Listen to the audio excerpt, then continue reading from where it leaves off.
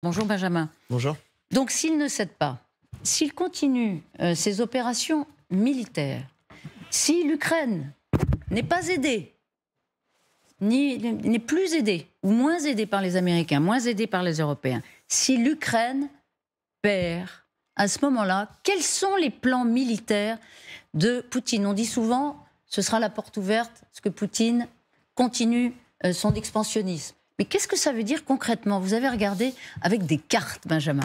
Oui, alors c'est le parti pris de l'Institut d'études pour la guerre, l'ISW, qui dit concrètement, voilà, on se projette, l'Ukraine a été lâchée par ses alliés, a été envahie par la Russie, et voilà la carte sur laquelle il table. Tous les carrés rouges que vous voyez, ce sont les positions de l'armée russe. Donc le postulat est de dire que l'armée russe positionnera des troupes aux frontières directes de l'Europe et de l'OTAN.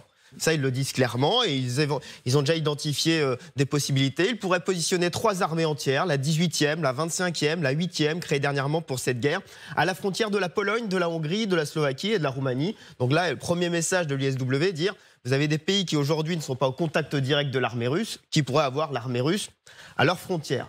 Ce qu'ils disent aussi, c'est que l'armée russe sera en mesure de positionner, justement dans l'ouest de l'Ukraine, sur toute cette zone frontalière, des défenses aériennes, S-300, S-400, S-500. Pourquoi ils disent ça? Ils disent que ça pourra procurer aux troupes russes. Vous voyez, tous ces cercles, c'est un peu le bazar, mais retenez que tous ces cercles, c'est, on va dire, la surface sur laquelle les défenses aériennes peuvent agir. Donc ça veut dire sur tout le front, en fait, ici, en fait, les troupes russes peuvent être protégées par des défenses aériennes, face par exemple à l'aviation de l'OTAN. Donc c'est ce qu'ils disent. Ça veut dire qu'en fait, ils seraient capables de menacer d'une offensive mécanisée surprise un ou des États de l'OTAN avec au moins 8 divisions soutenues par des réserves significatives qui seraient, sur le long terme, reconstituées autour de Moscou.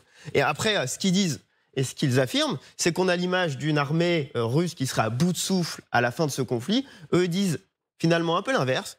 Ils disent une armée russe victorieuse à la fin de cette guerre aura gagné de l'expérience de combat et sortira au final plus forte que la version pré-2022 des forces au sol russes. Donc c'est vraiment un parti pris qu'ils prennent. Et ils disent que face à cela, l'OTAN, que peut l'OTAN, dans quel état est l'OTAN? Ils font déjà un postulat de dire aujourd'hui face à ça, l'OTAN ne serait pas capable de se défendre devant une telle attaque avec les forces actuellement en Europe. Et ils disent, ça veut dire que l'OTAN investira massivement. C'est leur position. Ils devront investir massivement sur 2 fronts, mettre des hommes. Ça, c'est leur postulat de base. Ils disent les États-Unis devraient déplacer un grand nombre de soldats américains sur l'intégralité du front est de l'OTAN, de la mer Baltique à la mer Noire, pour dissuader les Russes de toute alternative militaire, de toute aventure militaire. Et ils devraient positionner aussi toute une partie de leur flotte aérienne. L'impératif de stationner une flotte d'avions de combat significative dans l'est de l'Europe pourrait dégrader sérieusement la capacité américaine à terme à répondre à une agression de la Chine contre Taïwan. Ils disent, finalement, il y a peut-être un coup de billard à 3 bandes et que l'Ukraine n'est pas que l'Ukraine. Et vous comprenez bien le parti pris de l'ISW qui est de dire, finalement, le coût de toutes ces mesures défensives serait astronomique. Mieux vaut dépenser des dizaines ou des centaines de milliards aujourd'hui pour aider l'Ukraine que d'en dépenser des milliers et des milliers demain.